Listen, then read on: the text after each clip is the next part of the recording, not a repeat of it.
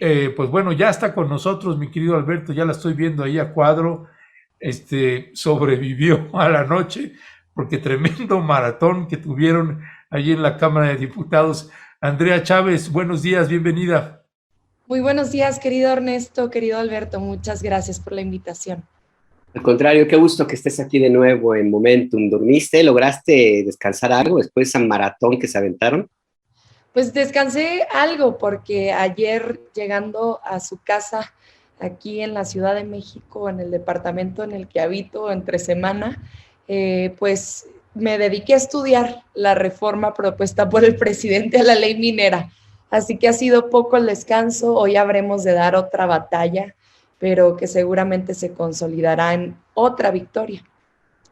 Ya, esta parte ahorita que estaba viendo la mañanera, mi querida Andrea Chávez, le pregunta desde mi punto de vista maliciosamente el reportero del Reforma al presidente Andrés Manuel López Obrador, pero tiene el derecho de hacer esa pregunta.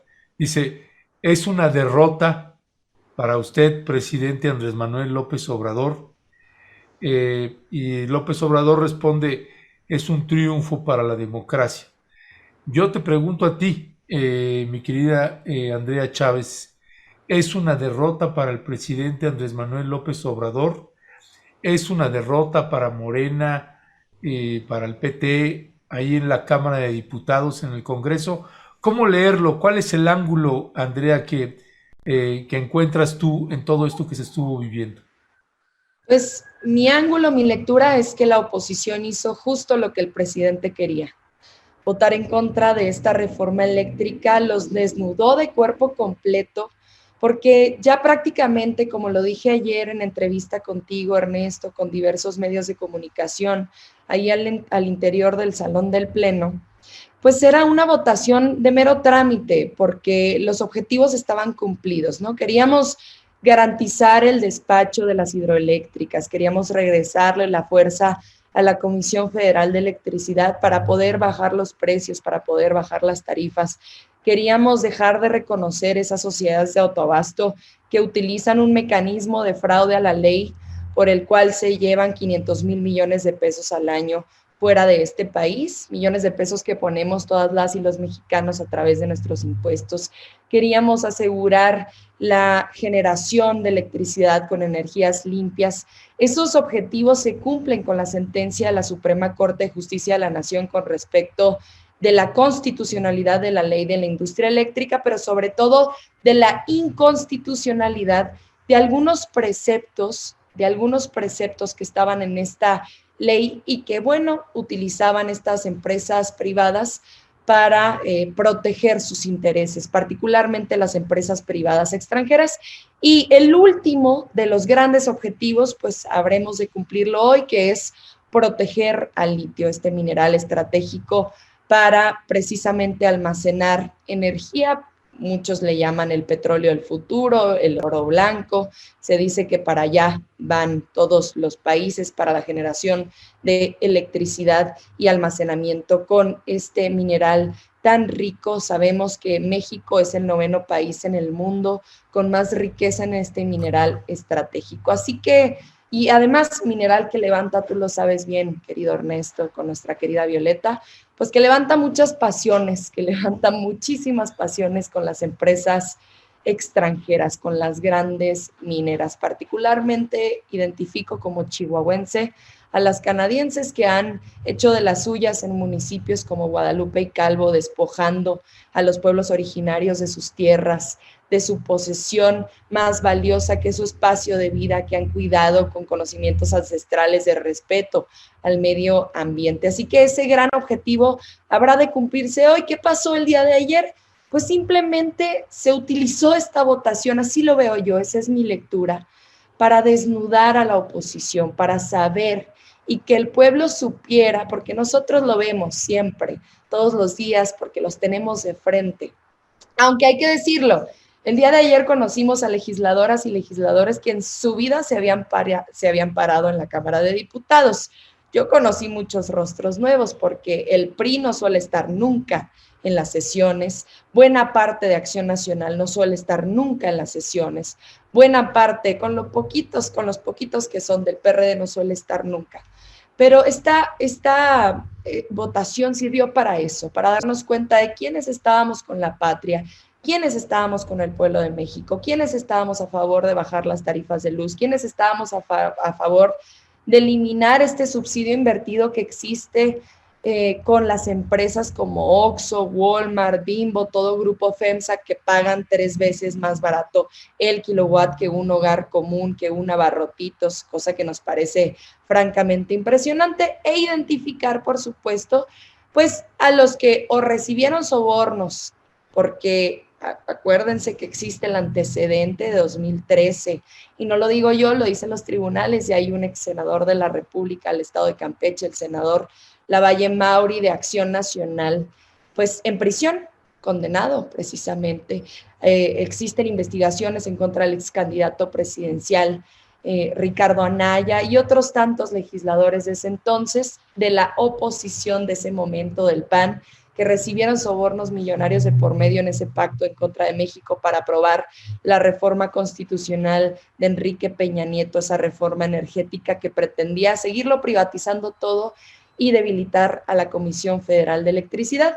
Unos votaron a favor porque seguramente existieron cañonazos, y unos votaron a favor de estas empresas, me refiero de las empresas extranjeras, porque seguramente existieron cañonazos, pero también otros por el modelo programático conservador, porque detestan lo público, porque detestan todo lo que beneficia al pueblo de México, porque no pueden concebir un país en donde las empresas pues no saquen al pueblo de México, ¿no? Entonces, para eso nos sirvió esta votación histórica, para darnos cuenta quién es quién, ¿no? Esta fue la sección del quién es quién en el legislativo, y yo les decía a los opositores, guarden bien, ahorren bien lo que les dieron las empresas como Iberdrola, Enel, Naturgy y otras tantas, porque será su finiquito. El pueblo de México no va a volver a votar por ustedes. Eso se los dije el día de ayer en sus rostros a todos los diputados de oposición con los que pude toparme de frente. Días antes de esta votación que ocurrió el día de ayer, Andrea, había como señales, no quiero darle por el adjetivo, pero señales que me llamaron la atención.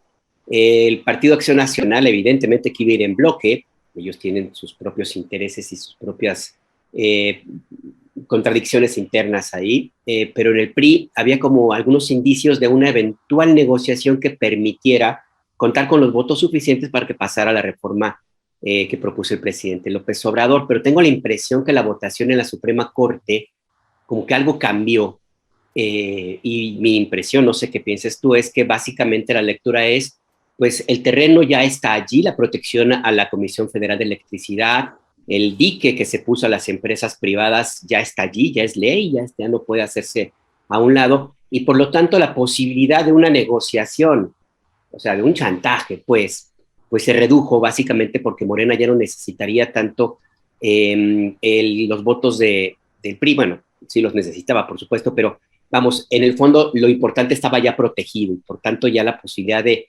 negociar y de encarecer los votos se redujo. No sé si tú tienes esta impresión, si algo así ocurrió, que el PRI simplemente dijo, pues ya no tenemos forma de presionar a Morena y de vender caro los votos, insisto. Eso por un lado. Y por el otro, tú planteaste algo que muchos queríamos, que se diera públicamente como lo hiciste, que se evidenciara ese profundo conflicto de interés de la esposa de este sujeto apellidado Calderón Hinojosa, de la diputada Margarita Zavala, que tenía un conflicto de interés del tamaño del mundo, y finalmente pues ella simplemente pues no se excusó y votó en esta reforma. ¿Cuál es tu reflexión al final del día? Había una petición para que actuara con ética. A mí me parece que era como pedirle, era Salolmo, ¿no? Era algo inconcebible. ¿Tú cómo ves esos dos temas? Sí, inicialmente con la sentencia de la Suprema Corte de Justicia de la Nación y la Declaración de Constitucionalidad, particularmente el artículo 4, se estableció ya que el tema eléctrico es un tema de interés público, y eso tiene muchas implicaciones porque pues el Estado mexicano debe garantizar la distribución, el suministro de un derecho de interés público como lo es el derecho a la electricidad, según la sentencia de la Suprema Corte de Justicia de la Nación. Miren, yo les puedo decir de primera mano porque lo han dicho muchos medios de comunicación, lo han dicho integrantes de nuestro propio grupo parlamentario y están en lo correcto, que el PRI, pues según ellos, estaba encareciendo mucho la negociación. Por ahí escuché un rumor incluso de que estaban pidiendo la gubernatura del estado de Hidalgo. Ustedes saben que el diputado Moreira es el presidente de la Junta de Coordinación Política, es el coordinador del grupo parlamentario del PRI y además, pues es esposo de la candidata del PRI, pues del PRIAN a la gubernatura de Hidalgo, por cierto, en donde tienen más de 2 cifras de diferencia con respecto de la intención de voto de las y los hidalguenses. Se escuchó hablar a nuestro coordinador, el diputado Ignacio Mier, incluso aceptando 10 de los 12 puntos que la oposición puso sobre la mesa. El 1 de octubre del año pasado, el presidente de la República nos hizo llegar la iniciativa de reforma eléctrica a la Cámara de Diputados. Realizamos más de 400 asambleas informativas con el pueblo de México en los distritos federales, en todas las entidades federativas, en todos los municipios, para que el pueblo de México conociera el contenido de la iniciativa del presidente. Realizamos un parlamento abierto en donde participaron expertas y expertos de distintos temas, a favor y en contra, con posturas distintas. Nunca vimos en el parlamento abierto, por cierto, al coordinador del PAN, a Jorge Romero, nunca estuvo en ningún foro de los parlamentos abiertos. Pero, ¿por qué les digo esto? Porque después de toda esa discusión, la oposición, la coalición Va por México, representada por el PRI, en una conferencia que da Alejandro Moreno, presenta 12 puntos y dice, si estos 12 puntos no son considerados dentro del dictamen, entonces no los acompañamos en la votación.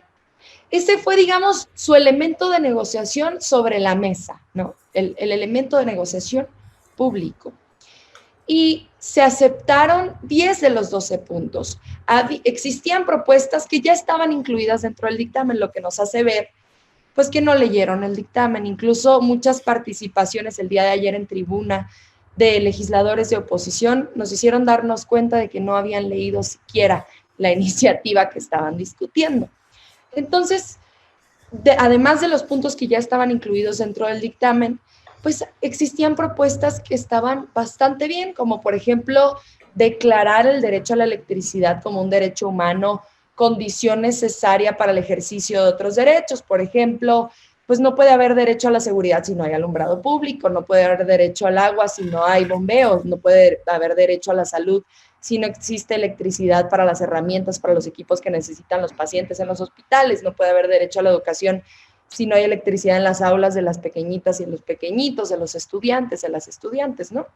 Existían propuestas bastante buenas, 2 o 3, se incluyeron dentro del dictamen. Entonces, llegamos a comisiones en puntos constitucionales en energía. Esta sesión, las sesiones de las comisiones no suelen conocerse mucho, no suelen ser tan mediáticas como lo es la discusión en el Pleno, donde ya estamos representados todos los legisladores, pero esta sí fue muy mediática por la presencia de un cabildero de la empresa Enel, ¿no? Paolo Salerno, italiano, al lado de una diputada del PRD, Edna, que por cierto subió ayer a tribuna a victimizarse, que estábamos utilizando mecanismos de violencia política de género, inventando una serie de cosas cuando todos vimos con nuestros propios ojos. Ustedes vieron el video, yo lo vi en primera persona, que estaba justo a un costado de ella el cabildero, utilizando una curul en la Cámara de Diputados y traía un maletín. Pues se vale tener hipótesis de lo que venía en ese maletín. ¿Por qué les digo esto? Porque en esa discusión de la comisión que se hizo mediática precisamente por la presencia de este cabildero, pues resulta que la oposición nos dice siempre no, ya no nos importa que hayan incluido las propuestas que les hicimos llegar, No nos importa que hayan cumplido su parte del acuerdo público de la negociación. No queremos acompañar el dictamen y un par de días antes, había ocurrido la sentencia de la Suprema Corte de Justicia de la Nación, que un poco ya blindaba el contenido de la propia iniciativa del presidente. Yo comparto tu análisis, querido Alberto, porque es importante decirlo.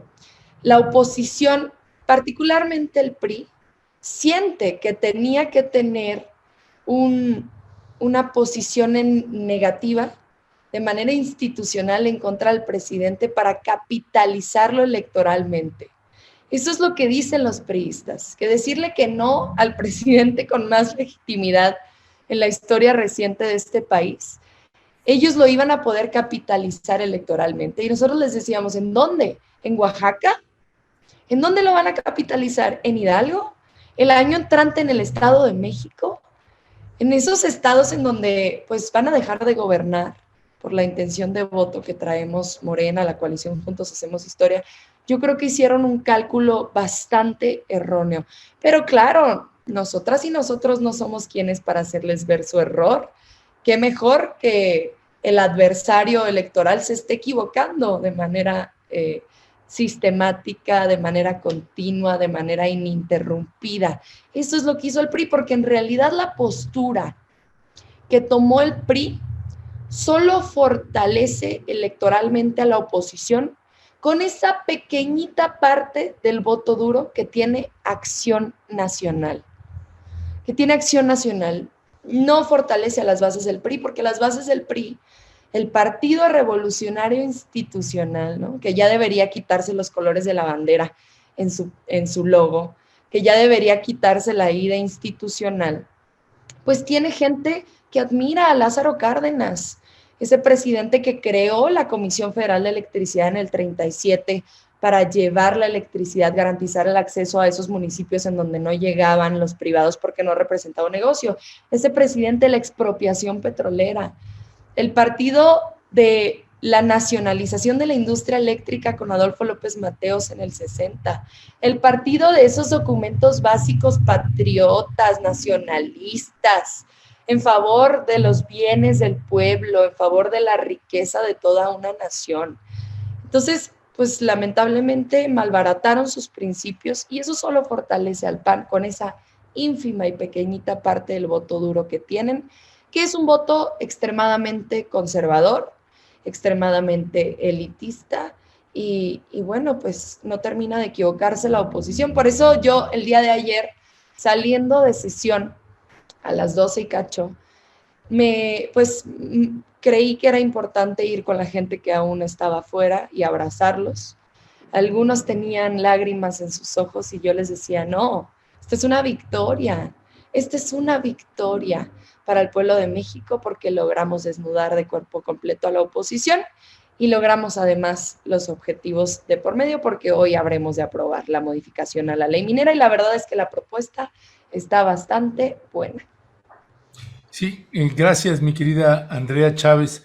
Andrea, a propósito de esta ley minera, y ahora que nos dices que te pusiste a estudiarla, quién sabe si la pudiste estudiar bien, porque sí te veía ya bastante cansada, fue un día muy, muy pesado. Pero ¿cuáles los puntos que consideras valiosos de esta propuesta del presidente López Obrador en lo que toca a la ley minera? Mira, la estudié bastante bien, pero olvidé contestarle una pregunta a Alberto rápidamente.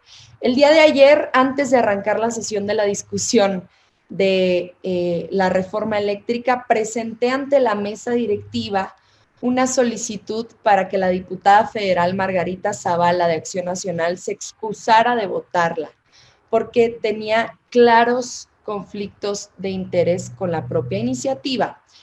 El presidente de la mesa directiva me contestó que ya existía una solicitud previa de parte de la propia diputada Margarita Zavala porque se quería curar en salud. Sabía que tenía conflicto de interés, entonces se adelantó y mandó una solicitud a la presidencia de la mesa directiva con dichos. ¿Qué son dichos? Pues solamente un relato sin prueba alguna de parte de la diputada federal, pues aduciendo, diciendo que no tiene conflicto de interés y que sometía a consideración de la Consejería Jurídica si existía o no conflicto de interés, ojo, con sus dichos, con sus dichos.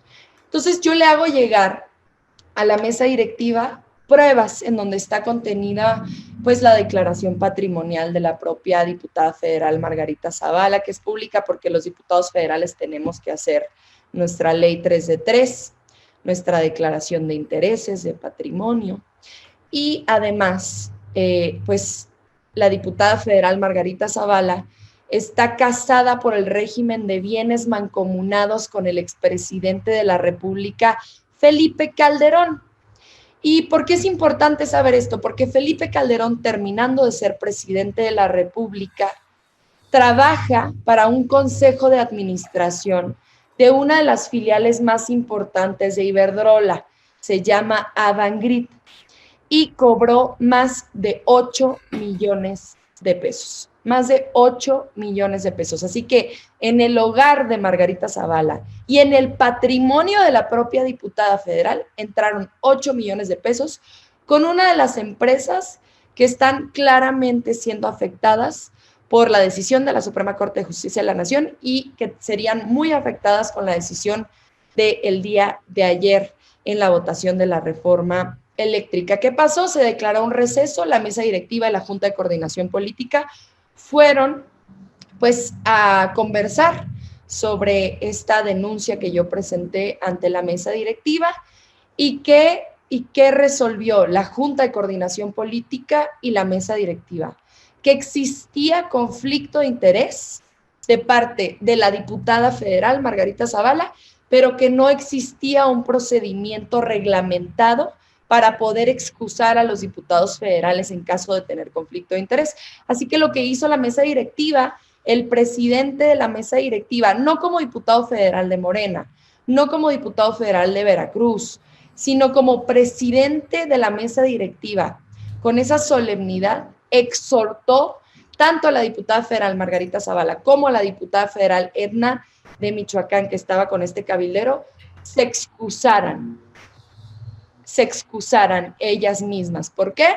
Porque no existe procedimiento para excusarlas, pues, digamos, de manera externa, más allá de la voluntad de esas dos legisladoras.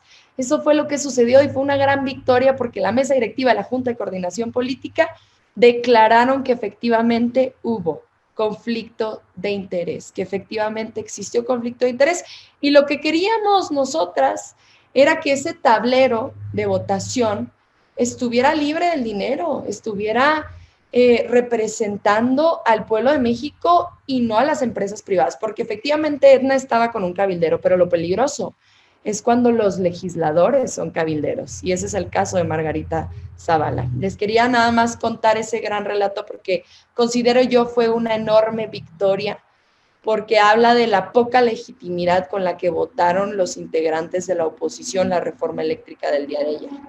Ahora bien.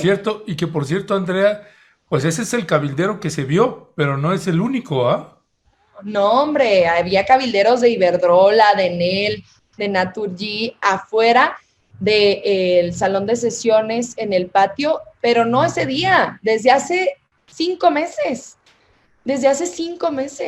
y andan cazando diputados federales distraídos, andan cazando diputados federales con mucha ambición, por los que puedes comprarlos por, pues no sé, por lo que sea, los puedes comprar, pues a ellos ni les hace cosquillas, imagínate cuánto se llevan por concepto de ganancias y de fraude a la ley aquí en México. No les hace ni cosquillas comprar a cualquier diputado. ¿Cuánto cuesta un diputado federal? ¿Cuánto cuesta un diputado federal? Esa es la pregunta. ¿Qué pregunta? Andrea, retomando la pregunta que te hacía con respecto de la ley minera, y también pues felicitarte porque sí fue realmente poderoso, impactante ver pues esto que te preguntaba Alberto con respecto de Margarita Zavala, y que además de que la presidencia de la Cámara la exhortara a declinar votar, igual que a la diputada Edna Díaz, pues que ambas se negaran. A eso todavía lo hizo un verdadero escándalo, en fin, pero más allá de ese comentario, con respecto a la ley minera, ¿cuál es tu valoración? Andrea. Sí, bueno, la ley minera, como ustedes saben, tenemos leyes reglamentarias de artículos constitucionales. La ley minera es la ley reglamentaria del artículo 27 constitucional, en donde se establecen pues, los mecanismos para entregar concesiones, para entregar permisos, licencias, contratos, asignaciones y autorizaciones para la explotación, para la exploración y para el aprovechamiento de una serie de minerales en México. Con respecto al litio, ustedes saben que todavía no hay cifras bien a bien, digamos, certeras de cuánto litio tiene México, porque estamos en etapa de exploración en este momento, ¿no? ¿Qué pasa? Pues queremos proteger al litio porque no queremos que se lleven las ganancias estas empresas privadas extranjeras que además no protegen los derechos de los pueblos originarios ni del medio ambiente, no respetan el derecho de la tierra, el derecho a respirar aire limpio, no respetan y además se llevan todas las ganancias a sus países fuera de México cuando es riqueza del pueblo de México, ¿no? Entonces, pues primero decirte que es la modificación a 4 artículos de la ley minera, es al primero, al quinto, al noveno y al 10º. ¿Para qué? Para que la exploración primero, la explotación y el aprovechamiento del litio sea exclusivo del Estado mexicano a través de un órgano descentralizado que habrá de crearse después de la expedición de esta reforma. Unos han dicho que si se va a llamar Litiomex, que si se va a llamar AMLitio, llame como se llame, la ley va a mandatar que se cree un órgano descentralizado para poder administrar la exploración, la explotación y el aprovechamiento de este mineral, que va a ser de exclusividad del Estado mexicano. Además, eso en el artículo primero de la ley minera. Esa es la modificación al primero.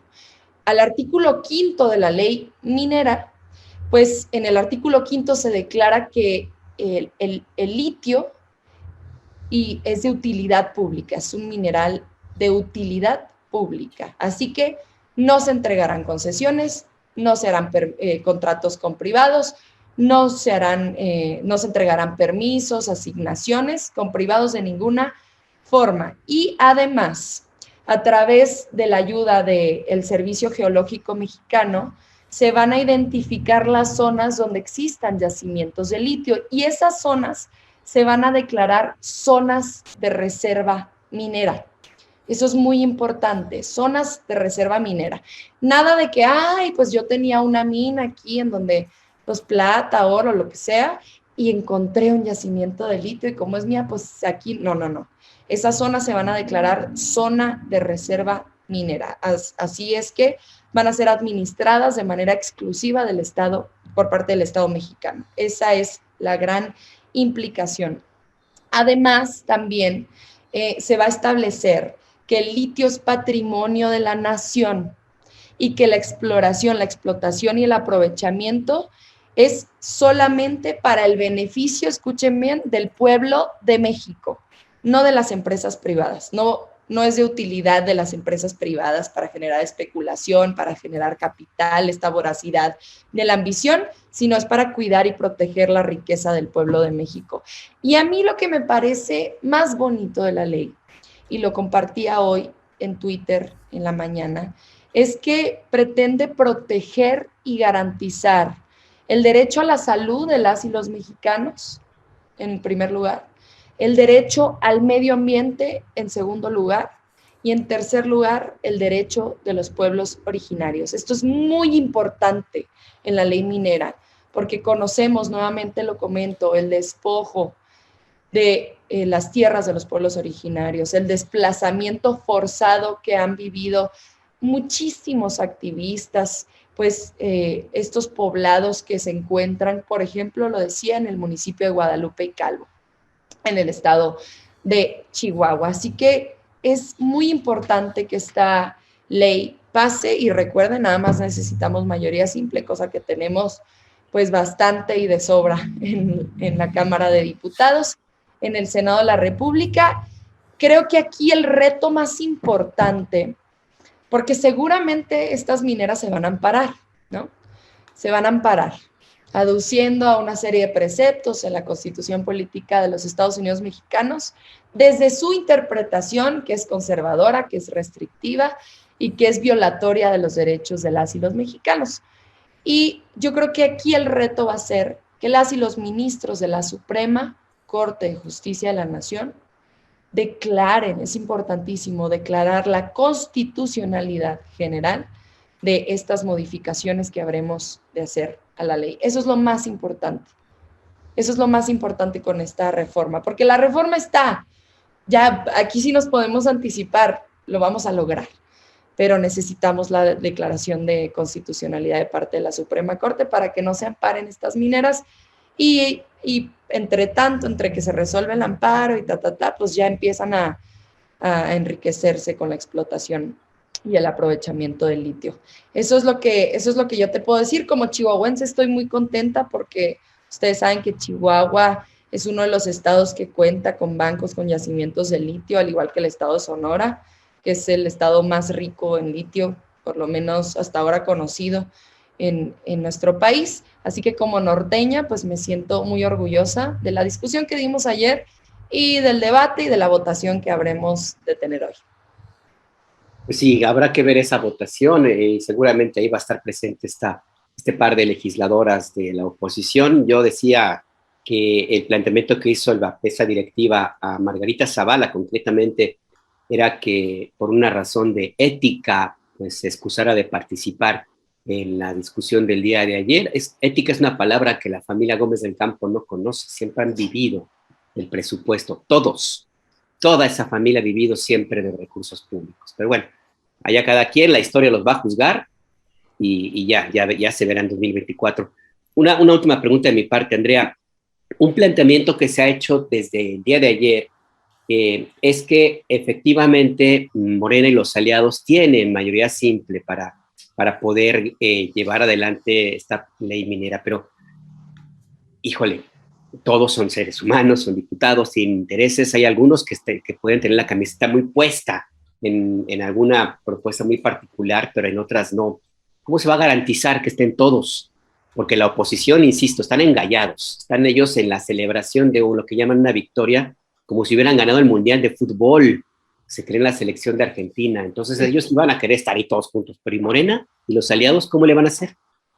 Yo creo que la oposición, yo ahí difiero, Alberto, yo creo que hoy la oposición ya ni se va a presentar en su totalidad. Como saben que tenemos la mayoría simple, Morena y aliados, la coalición Juntos Hacemos Historia, pues yo creo que como según ellos ya ganaron la batalla del siglo y no se han dado cuenta que no pueden ni siquiera ir a una plaza pública sin que les chiflen, sin que les insulten. El día de ayer tuvieron que salir escondidos porque le tenían pavor a la gente de afuera, no solo le tenían miedo a los periodistas adentro, como nos lo comentaba Ernesto, sino que le tenían miedo a la gente, solamente se atrevían a gritarles. Veíamos el video de una diputada de Sinaloa del PRI, cuando había una reja de por medio. Imagínate qué cínicos, qué mezquinos, ¿no?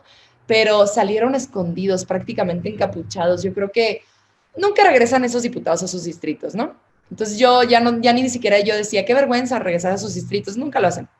Nomás van, piden el voto y nunca vuelven a las colonias, nunca vuelven con la gente. Y yo les decía, ¿cómo no les va a dar vergüenza llegar con sus familias? Con sus familias, dejen ustedes sus representados ya, sus electores, sus familias en la mesa, para decirles, voté en contra de algo que va a beneficiar a ustedes, hijos e hijas, a mis nietos y nietas. Imagínate, qué vergüenza. Entonces yo creo que hoy no se van a presentar, tantos como ayer. Eso sí decirte, nosotras y nosotros como Morena, quiero hablar como Morena porque conozco, digamos, la vida interna de mi partido y no tanto la de los partidos aliados. Aquí sí les puedo dar un comentario con conocimiento de causa. Nosotras y nosotros no extorsionamos a nuestros legisladores con correrlos del partido, con quitarles sus derechos militantes como sí hizo Alito con el PRI, como sí extorsionó y sí amenazó a los diputados del PRI con correrlos del grupo parlamentario del PRI y quitarles su militancia activa dentro de este partido. Nosotras y nosotros no hacemos eso, pero ¿qué sí hacemos? pues damos aviso a las diputadas y diputados de nuestro grupo parlamentario en que si no asisten, no decimos qué sentido del voto, pero hablamos de la asistencia, en que si no asisten a la sesión, pues vamos a dar parte a esa comisión que tenemos de honestidad y justicia al interior de nuestro partido para que dictamine sobre la inasistencia de ese legislador, porque más allá de queremos contar con tu voto a favor, queremos saber cuáles son tus intereses, queremos saber cómo vas a votar y para eso necesitas asistir. Entonces, eso es lo que hacemos nosotras y nosotros. Quiero decirte que el día de ayer era tal el compromiso, querido Alberto, que había una diputada de Morena que fue diagnosticada con cáncer y se encuentra en una condición de salud brutal y ni siquiera ella faltó. Quiero comentarte que otro diputado federal la semana pasada que estábamos pues llamados a votar en esa fecha inicial que se dio, un diputado federal tenía horas de haber perdido a su hijo y estuvo allí, un diputado federal de Morena. El compromiso, querido Alberto, querido Ernesto, con el movimiento, con los valores de nuestros diputados es inmenso. Yo creo que no había caído en cuenta del compromiso, de la cantidad y de la calidad de ese inmenso y profundo compromiso que tienen nuestros diputados y nuestras diputadas, que venimos de historias distintas, que algunos vienen de sectores incluso empresariales, que vienen algunos de la clase trabajadora, que vienen algunos de otros partidos, que vienen algunos de tierras distintas. Los intereses de los baja californianos no son los intereses de los yucatecos, ¿no? Y tenemos diputados federales de las dos entidades federativas. Y los valores compartidos, digamos, la agenda programática está tan presente que estuvimos todos, que estuvimos todas. Es la primera vez que estamos 500 diputados en ese salón de sesiones. Y yo creo que hoy no va a ser la excepción, porque hoy es una victoria para el pueblo de México poder proteger al litio. Así que, pues yo creo que quien falte estará faltando a su palabra, porque necesitamos conocer sus intereses, queremos verlos en el tablero, queremos saber cómo van a votar, pero yo creo que van a ser muy poquitos, si es que hay alguno. Yo creo que más bien será la oposición quien no esté presente. Ya, mi querida Andrea Chávez, pues sabemos que te tienes que ir otra vez ahí al campo de batalla, pero te queremos agradecer y pues déjame decir que no personalmente, me imagino que también Alberto comparte conmigo esta mirada, pero también muchas felicidades también, Andrea, por tu extraordinario trabajo ahí. Algunas diferencias tengo con el presidente Andrés Manuel López Obrador y luego lo critico, y muchas coincidencias también. Una de esas que pensamos que tenemos, pues es algunas palabras que te dedicó. Creo que algo hay de razón ahí. Así que te mandamos un fuerte y fraterno abrazo, mi querida Andrea. Igualmente, querido Ernesto, y recuerden que cuentan con nuestro apoyo, tú y Violeta, para todo, para acompañarles a donde sea. No los vamos a dejar. Les vaya muy lindo, Alberto, Ernesto. Cuídate mucho y felicidades. Ahí estamos. Gracias. Chao. Gracias.